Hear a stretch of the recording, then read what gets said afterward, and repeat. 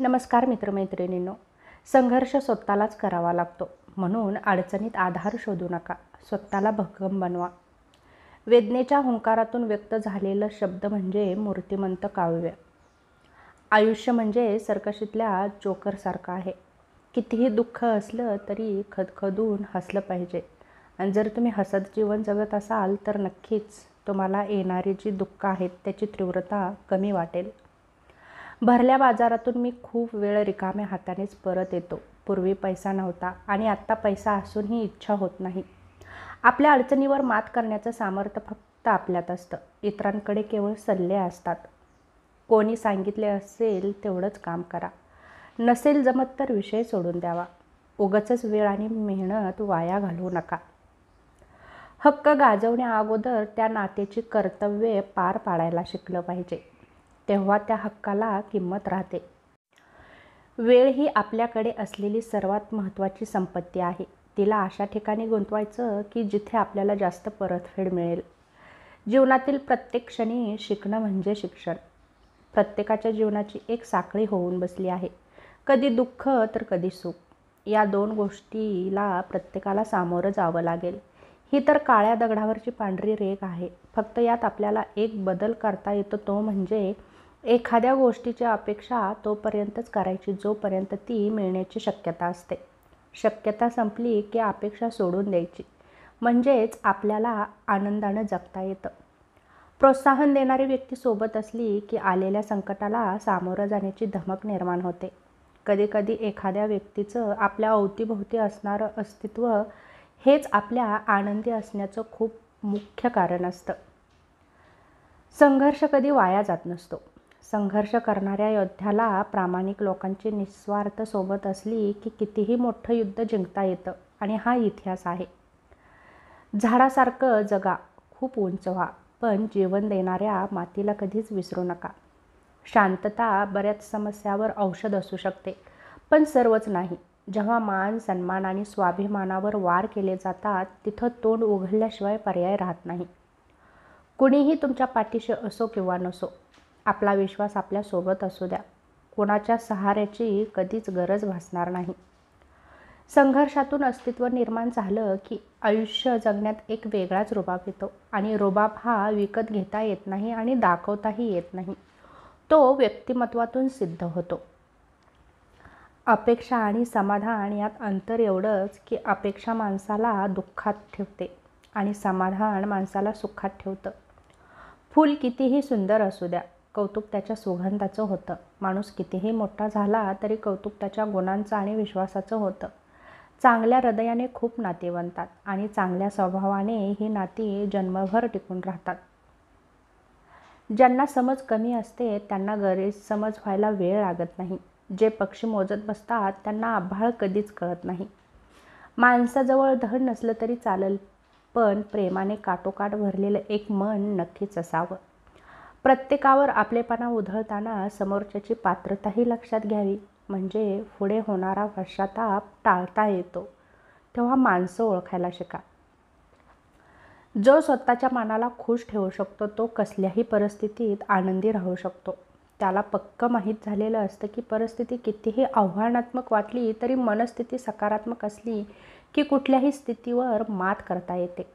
मात्र आपल्या जगण्यातला आनंद कमी होता कामा नये. विचारांवर लक्ष ठेवा, त्यांचे शब्द होतात. शब्दांवर लक्ष ठेवा, ते कृतीत उतरतात. कृतींवर लक्ष ठेवा, त्या सवयी बनतात. सवयींवर लक्ष ठेवा, त्यातून चारित्र्य घडतं. आणि चारित्र्यावर लक्ष ठेवा, ते आपलं भविष्य घडवतं. डोळे जगातली प्रत्येक वस्तू बघू शकतात, परंतु डोळ्यांच्या आत काही गेलं तर ते बघू शकत नाहीत. त्याचप्रमाणे माणूस स्वतःचं दोष बघू शकत नाही, पण दुसऱ्याचं दोष मात्र तो नक्की बघू शकतो. परंतु स्वतःमध्ये असणारे दोष तो सुधारण्याचा कधीच प्रयत्न करत नाही. मी मोठा की तू मोठा यातच आयुष्य संपून जातं.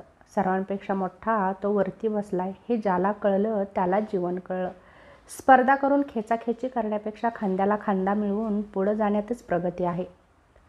शांत झोप कोठेही लागू शकते, त्यासाठी आणि विश्वासू सहकार्य असायला हवं. मग ते प्राणी असोत किंवा माणसं. ज्याला वास्तव स्वीकारणं चांगलं जमतं तोच मनुष्य आपल्या आयुष्यात सदैव यशस्वी होतो.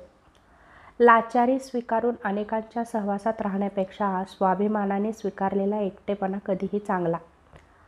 आपला हेतूच शुद्ध आणि प्रामाणिक असेल तर आपल्यावर टीका करणाऱ्याच्या टीकेला काहीच महत्त्व नाही. चांगल्या कर्माची फळं चांगलीच असतात. मुखातून गेलेला राम आणि निस्वार्थपणे केलेलं काम कधीही वाया जात नाही, हे मात्र लक्षात ठेवा. अत्तर सुगंधी व्हायला फुले सुगंधी असावी लागतात. नाती मैत्री सुंदर व्हायला माणसाचा स्वभाव चांगला असावा लागतो.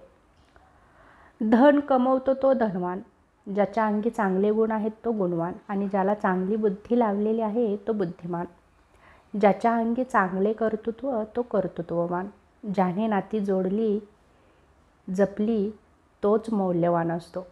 संपत्तीच्या चष्म्यातून नात्याला कधीच निरखून पाहू नका, कारण नात्याला घट्ट जोडून राहणारे बहुधा गरीबच असतात. दुसऱ्याच्या मनातील भावना कळायला आपलं मन देखील निर्दोष असावं लागतं. आपल्याच मनात दोष असेल तर दुसऱ्याच्या मनातील चांगल्या भावना आपल्याला कशा कळतील? कर्माची परतफेड करावीच लागते. त्यासाठी कर्म करताना नेहमी सजग होऊन कर्म करा, कारण ब्रह्मांडातील कोणताही नियम बदलू शकतो, पण कर्माचा सिद्धांत कधीच बदलत नाही. उशिरा का होईना कर्माचं फळ मिळतंच. रक्ताच्या नात्यांना मानपान द्यावा लागतो. मनाने जोडलेल्या नात्यांना चेहऱ्यावरची एक छोटीशी स्माईलसुद्धा पुरेशी असते.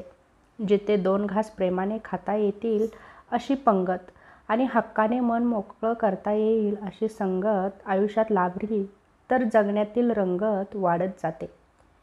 ज्या व्यक्तीला सतत शुभ आणि आशावादी विचार करण्याची सवय असते त्याचे मन नेहमी आनंदी आणि उत्साहानं भरलेलं असतं आणि उत्साही मनाच्या माणसाला नेहमीच यश प्राप्ती होते. ज्यांची वेळ खराब आहे त्यांच्या पाठीशी खंबीरपणे जरूर उभं राहावं, पण ज्यांची नियत खराब आहे त्यांच्या सावलीला सुद्धा उभं राहू नका. वयापेक्षा माणसाला त्याची परिस्थिती आणि त्याच्यावरची जबाबदारीच अधिक सक्षम बनवत असते. तेव्हा जबाबदारी स्वीकारा. कधीतरी एकांतात बसून याचा विचार करावा की आपण नसलो की सर्वात जास्त फरक कोणाला पडेल. बस त्याच व्यक्तीसाठी जगा. नसलेल्या गोष्टीपेक्षा असलेल्या गोष्टीचा आनंद घ्या, कारण पूर्णचंद्रापेक्षा कधीकधी अर्धा चंद्रही सुंदर दिसतो. वेळ आणि आपली माणसं या दोघांनी एकाच वेळी दुःख दिलं की माणूस फक्त बाहेरूनच नाही तर आतून सुद्धा दगडाच्या काळजाचा होऊन जातो. जसं उसात जिथे गाठ असते तिथे रस नसतो, जिथे गाठ असते तिथं मात्र रस नसतो. नात्यांचंही असंच असतं.